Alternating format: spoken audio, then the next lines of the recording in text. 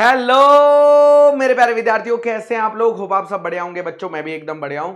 ये वीडियो उन बच्चों के लिए जो जून 2024 अटेम्प्ट के लिए पढ़ाई करने वाले हैं, पढ़ाई स्टार्ट करने वाले हैं, उनके लिए क्या क्या बेसिक चीजें हैं जो उनको पता होनी चाहिए अपनी इस सीए की जर्नी को स्टार्ट करने से पहले। क्योंकि आप लोगों ने सपना तो बहुत बड़ा देख लिया, लेकिन उसको पूरा करने के लिए आपकी स्टार्टिंग भी तो दमदार होनी चाहिए। तो कुछ चीजों का बच्चों आप ध्यान रखेंगे। सबसे पहला, जब आप सीए फाउंडेशन का रजिस्ट्रेशन करा चुके होंगे तो आपके पास आईसीआई मॉड्यूल डिलीवर होता है।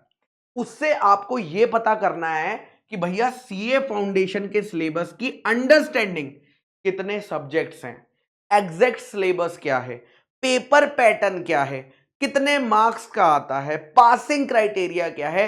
ये तो बहुत बेसिक चीजें हैं। मैं देखता हूं कि बच्चे सीए फाउंडेशन में एनरोलमेंट करा लेते हैं, उन्हें पता ही नहीं होता कि भैया चैप्टर्स कितने हैं सब्जेक्ट में, पता ही नहीं है कितने मार्क्स का आता है, पासिंग मार्क्स क्या, बस पढ़ रहे हैं।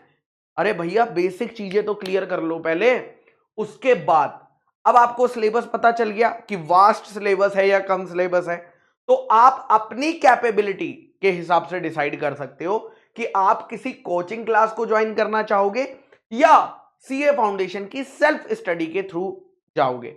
दोनों ऑप्शन अवेलेबल है। भाई बच्चे को लगता है कि नहीं यार मेरे अंदर टैलेंट है, मेरे अंदर डिसिप्लिन है, मैं खुद से कर सकता हूं, मुझे चीजें समझ जाती है, वो सेल्फ स्टडी के लिए चला जाता है। लेकिन जिसको गाइडिंग हैंड चाहिए होता है, जिसको चाहिए होता है कोई समझा दे, कोई बता दे, वो कोचिंग क्लास के लिए चला जाता है। कोचिंग क्लास में भी आपको प्रोज एंड कॉन्स देके डिसाइड करना होता है, ऑफलाइन कोचिंग में जाऊं या ऑनलाइन कोचिंग में जाऊं, क्योंकि सबके अपने अपने प्रोज एंड अपने अपने कॉन्स हैं। देन आपने ये सब कर लिया भैया, क्लासेस जो करनी थी। उसके बाद आता है आपका स्टडी रूटीन।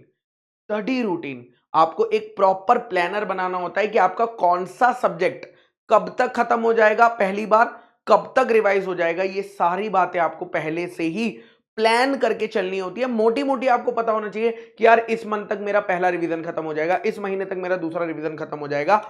उसके बाद सबसे बड़ी प्रॉब्लम जो जून एग्जाम वालों को आती है, वो आती है मैनेजिंग टाइम। क्योंकि कई सारे स्टूडेंट्स मैं जानता हूं जो रोज स्कूल जाते हैं, 12th क्लास कर रहे हैं, उनके बोर्ड के एग्जाम है इस बारी भैया, और बोर्ड के एग्जाम तो बहुत इंपॉर्टेंट होते हैं, पड़ोस वाली आंटी भी डराती है।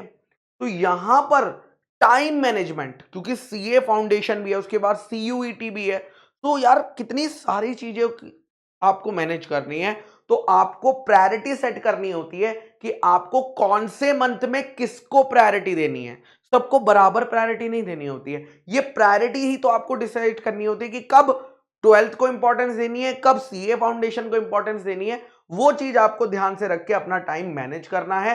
एंड लास्ट, टेलीग्राम या बहुत सारे ऐसे चैनल्स होते हैं जहां पर आपको ढेर सारा study material free of cost मिल जाता है। लेकिन मैं आपसे रिक्वेस्ट करूंगा कि आप किसी भी स्टडी मटेरियल को उठाने से पहले ये देख लीजिए कि उस मटेरियल को जो आप रेफर कर रहे हैं, क्या उसमें वो सिलेबस कवर है कि नहीं जो आईसीएआई आपको बोल रहा है। प्लस अब तो नई स्कीम आ गई है बेटा, ओल्ड स्कीम की जगह तो आपका सिलेबस भी चेंज हो चुका है। तो ऐसा ना हो कि आप पुरानी किताबें पढ़ लो, है ना।